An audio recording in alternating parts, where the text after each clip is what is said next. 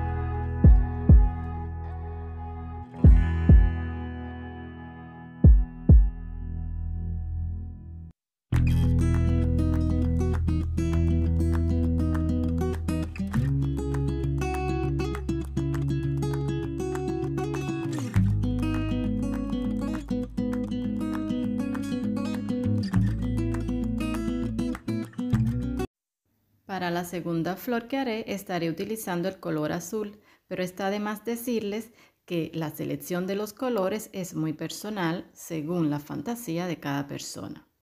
Todos los materiales utilizados se los dejaré en la descripción del video.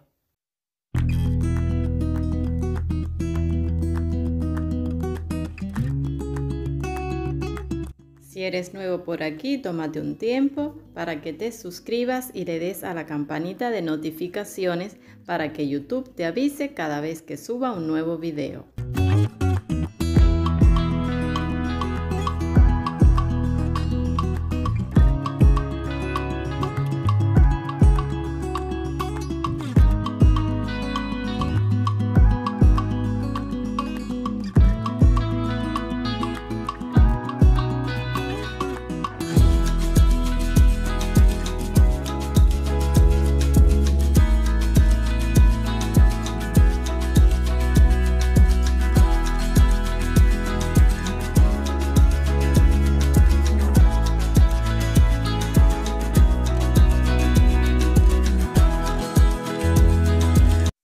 La tercera flor es un clavel y para comenzar necesitaré de 4 círculos y los estaré cortando de la siguiente manera.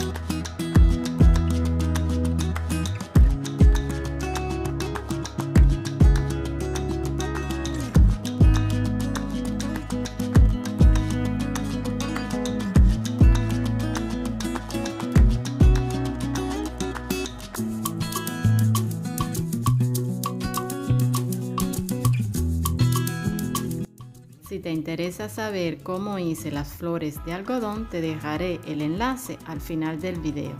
Si pude inspirarte en algún modo y te gustó el video, déjame un me gusta y comparte este video con amigos y familiares. Gracias y hasta la próxima.